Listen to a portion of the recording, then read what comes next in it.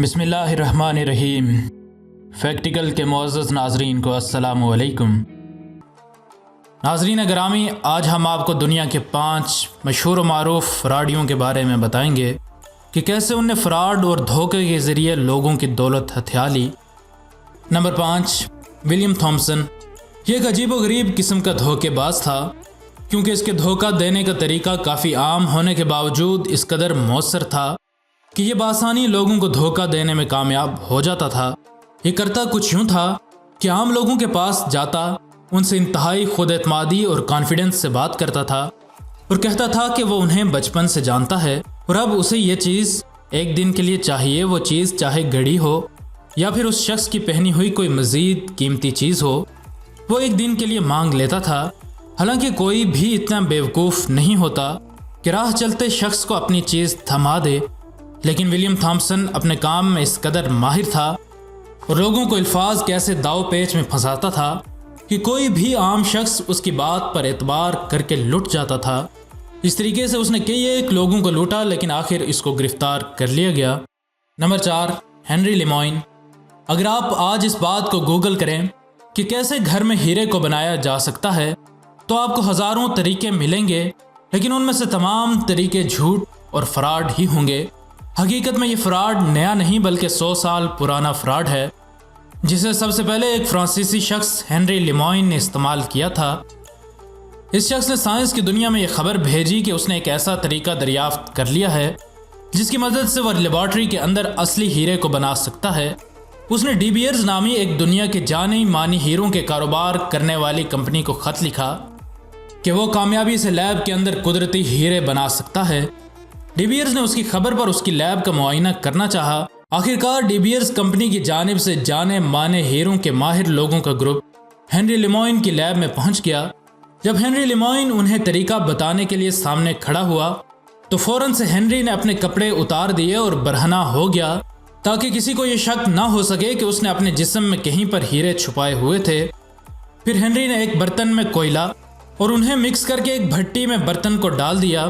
تھوڑی دیر بعد یہ برتن باہر نکال دیا گیا اور اسے سب دیکھ کر یہ حیران رہ گئے کہ اس میں اصل قدرتی ہیرے موجود تھے۔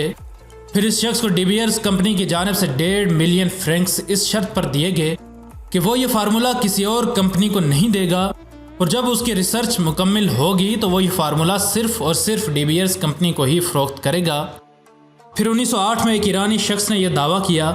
پھر ہنری پر دھوکے کا مقدمہ چل پڑا اور آخر ہنری کو عدالت نے حکم دیا کہ وہ عدالت کے سامنے ہیرے بنائے، اور اس کام میں ہنری ناکام رہا اور سزائے موت سے پہلے ہی ہنری ملک چھوڑ کر فرار ہو گیا۔ Number 3، William Elmer made. یہ شخص دھوکے اور فراڈ کی دنیا کا ایک برائے نام نیک انسان سمجھا جاتا تھا۔ اس لیے کہا جاتا ہے کہ اس نے کبھی بھی سگریٹ نہیں پیا اور نہ ہی شراب کو ہاتھ لگایا، اور اس کے علاوہ وہ ہر ہفتے چرچ بھی جاتا تھا۔ اس شخص کا طریقہ واردات کچھ ایسا تھا کہ وہ پہلے کسی منتخب امیر آدمی کا بٹوا چراتا تھا اور پھر اسی امیر شخص کو یہ بٹوا واپس کر دیتا تھا کہ اسے یہ بٹوا گرا ہوا ملا ہے۔ اس بات کی وجہ سے وہ امیر شخص اس دھوکے باز کی ایمانداری پر اعتبار کر لیتا تھا، اور اسی ملاقات میں ہی یہ دھوکے باز اس امیر کو ایک بہترین قسم کی انویسٹمنٹ کرنے کی جگہ بتاتا تھا۔ ایک بار اسی طرح اس شخص نے ایک امیر آدمی کا بٹوا چرایا اور پھر اس بٹوے کو واپس کر دیا، اور یوں وہ امیر شخص اس سے بہت زیادہ خوش ہوا۔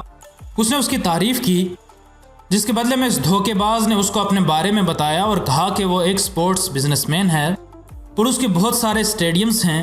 اسی عرصے میں ناسا کی جانب سے یہ اطلاع دی گئی تھی کہ ایک خلائی چٹان زمین کے اتنے قریب سے گزرے گی کہ اسے بآسانی دیکھا جا سکے گا۔ اس دھوکے باز نے اس بزنس مین کو کہا جس دور میں یہ چٹان زمین کے پاس سے گزرے گی، تب اگر وہ چاہے تو اس کے اسٹیڈیمز کرائے پر حاصل کر سکتا ہے، جس میں بیٹھ کر لوگ اس نظارے کو بآسانی دیکھ سکیں گے۔ وہ بزنس مین اس کے جال میں پھنس گیا اور اسے لاکھوں ڈالر کا چیک تھما دیا، جسے لے کر وہ فرار ہو گیا، اور یوں اس نے مزید بھی کئی لوگوں کو دھوکہ دیا، جسے اس نے 20 لاکھ امریکی ڈالر آج سے تقریباً 100 سال پہلے کما لیے تھے۔ نمبر 2، نٹور لال۔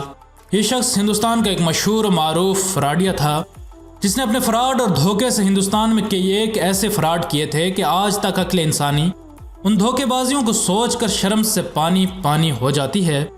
نٹور لال نے اپنی زندگی میں تاج محل کو 3 بار، لال قلعے کو 2 بار اور ہندوستانی پارلیمنٹ کو ان کے تمام وزیروں اور مشیروں سمیت ایک بار فروخت کیا تھا۔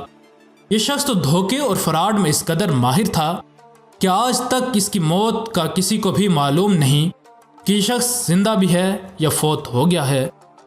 اس شخص کے بارے میں ہم نے ایک ویڈیو ناظرین کے گوش گزار کی تھی۔ اگر آپ نے وہ ویڈیو ابھی تک نہیں دیکھی تو اوپر آنے والے انڈیکس کارڈ پر کلک کر کے وہ ویڈیو بآسانی دیکھ سکتے ہیں۔ نمبر 1، ڈبل شاہ۔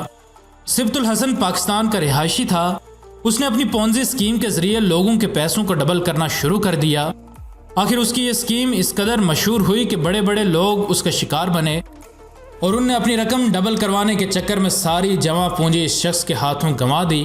اس شخص نے اپنے دھوکے سے 7 ارب روپے لوگوں سے ہتھیا لیے تھے۔ آخر یہ شخص گرفتار ہو گیا اور اسے 3 ارب روپے ریکور کرا لیے گئے، لیکن باقی کے 4 ارب کا آج تک کوئی سراغ نہیں لگایا جا سکا۔ فی امان اللہ۔